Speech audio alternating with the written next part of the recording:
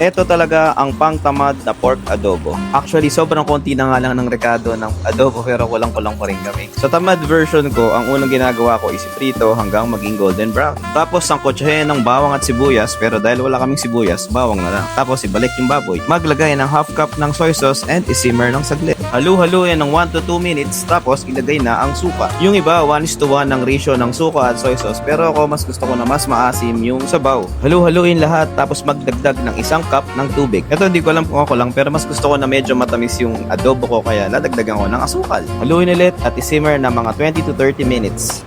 Then ayan na, tapos na ang ating adobo. Yeah, alam ko walang peppercorns and walang dahon ng laurel. Pero meron kasi kaming liempo na hindi namin alam kung ano yung luluto kaya nagluto na lang ako ng adobo. And sa totoo lang, mas nasarapan pa ako sa luto ko na to kaysa sa mga binibili ko recently na kompleto yung recados pero parang mali yung timpla. Kaya ayan, saya naman kami parehas ng asawa ko. Pero sabi niya yung adobo ko is humba.